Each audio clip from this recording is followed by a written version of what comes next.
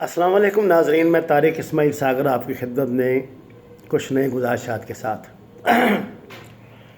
ناظرین، آج کل ایک فلم زندگی تماشا کا خاصا تماشا لگا ہوا ہے۔ علماء کرام خصوصاً تحریک لبیک کی طرف سے اس پہ پابندی کا مطالبہ کیا گیا اور پابندی نہ لگنے کی صورت میں جلوس کی دھمکی دی گئی، جو کام آ گئی اور فلم کی نمائش رک گئی۔ یہ فلم کیا ہے؟ سرمد کھوسٹ نے اس موضوع کا انتخاب کیوں کیا؟ دیکھیے، ہماری بدقسمت یہ ہے کہ ہم دو انتہاؤں کے لوگ ہیں۔ ہم اگر لبرل بننے کی کوشش کریں تو دہشت گردی کی حد تک لبرل بن جاتے ہیں، اور اگر ہم مذہبی رجحان کا مظاہرہ کریں تو فنیٹک بن جاتے ہیں۔ میں نے اس فلم کی پوری کہانی سنی ہے، بنانے والے دوستوں سے ملاقات کی ہے، اور میں اس نتیجے پہ پہنچا ہوں کہ اصل میں جس طرح مالک فلم کو کچھ غلط فہمیوں کے بنیاد پہ نشانہ بنایا گیا تھا، اس طرح اس فلم کو بھی بنایا گیا۔ فلم کیا ہے؟ بنیادی طور پہ ایک نعت خواں کی زندگی کو زیر بحث لایا گیا ہے۔ ہمارے محترم علماء کرام کو اصل میں اعتراض یہ ہے کہ آپ نے نعت خواں کا یا مولوی کا ایسا کردار کیوں دکھایا ہے؟ کاش وہ ہمارے معاشرے سے باخبر ہوتے۔ اس بات میں کوئی شک نہیں کہ مدارس دین کی تعلیم دیتے ہیں، لیکن اس بات میں بھی کوئی شک نہیں کہ مدارس میں کچھ شیطان صفت لوگ بھی موجود ہوتے ہیں۔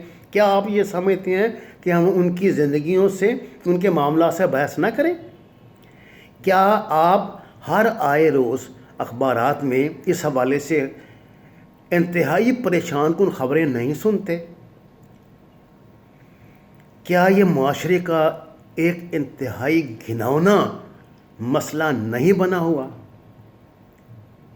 یہ کہہ دینا کہ نہیں، یہ تو آپ دیندار لوگوں کو ذلیل کر رہے ہیں، بدنام کر رہے ہیں، نہیں، یہ بات نہیں ہے۔ دیکھیے، آپ کو اپنے اندر اپنا ظرف بڑھانا پڑے گا۔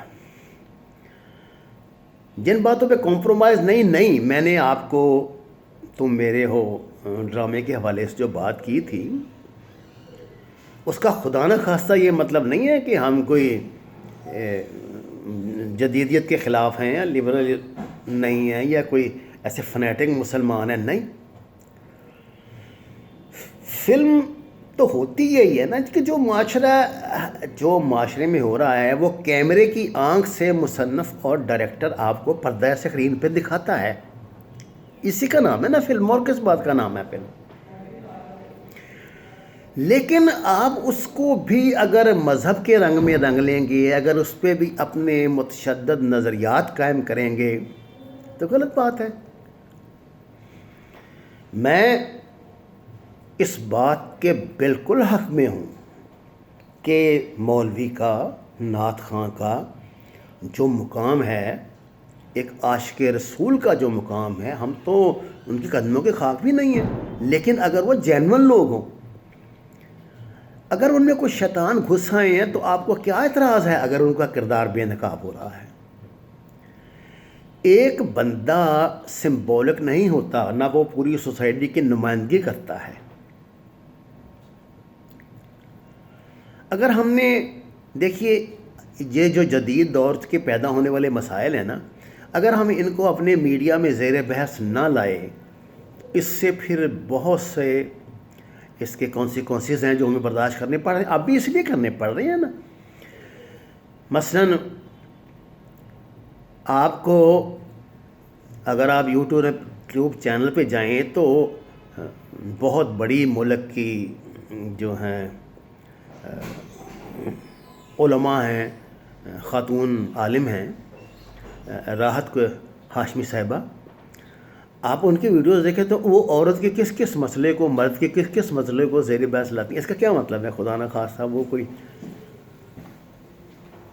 فحاشی پھیلا رہے ہیں تو بری بات کر رہے ہیں. میرے خیال سے ایسا نہیں ہے. آپ دیکھ لیں ان کا نام ابھی یوٹیوب پہ ڈالیں، دیکھیں کہ وہ جنسیت کے کس کس پہلو پہ تربیت کرتے ہیں قوم کی. تو ان کو یہ اجازت اس لیے ہے کہ وہ عالم دین ہے اور یہ بندہ ایک فلم ساز ہے. میرے خیال سے تو یہ زیادتی ہے. بہرحال میں تو اعتدال پسند اسلام کا نمائندہ ہوں، اور میرا خیال سے یہ فلم ایک مرتبہ ان علماء کرام کو دیکھنی ضرور چاہیے، پوری فلم. اس کے بعد وہ فیصلہ کریں کہ اسے آن ایئر جانا چاہیے یا نہیں. وما علینا الا البلاغ. ناظرین، یہ میرا آفیشیل چینل ہے. میں آپ تک جو باتیں فارملی انفارملی پہنچاتا ہوں ان میں میں غیر جانبدار ضرور ہوتا ہوں اور کوشش کرتا ہوں کہ سچ آپ تک پہنچے. سچ کے سفر میں میرا ساتھ دیں. اس کو سبسکرائب کریں، شیئر کریں اور اپنی رائے کا اظہار کریں. آپ کا بہت شکریہ.